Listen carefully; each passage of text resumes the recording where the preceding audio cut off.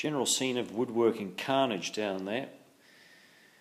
All the tools are out and bits and pieces, but yeah, I've managed to push on. That initial stage of the benchwork went up fairly quickly, and I was quite pleased with progress. And then the bit that I started to stall on was the loop to take the track down to the next level. I'm just standing up a ladder here to give you a kind of an aerial view, but basically that longitudinal timber there, I must have had that off about 3 times, and the same for that transverse one there, just notching and notching again, trying to get the gap right just to get that curvature of track down through it.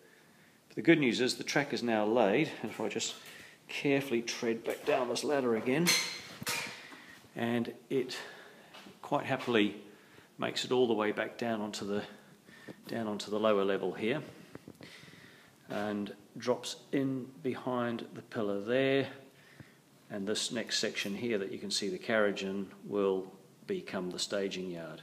So I'm going to start laying track on there shortly. I've been checking continuity, electrical continuity and resistance as I've gone along, and what I've been doing is on each of the rail joins, I'll just rush you down to this one here. I'm hoping this camera will finally focus in on it. It normally does. Let's just see what happens here. No, it doesn't like the low light levels. But on each of those joints I've put electrical conductivity paste, which is sort of like a copper grease, and I've used the meter and I've checked. I've just connected up a power supply here, and not only are we getting the full voltage down to that level there, but also the resistance is very low as well, which is great.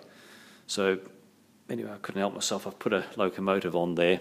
Let's just get this thing going, just to give you a little test, just to show you what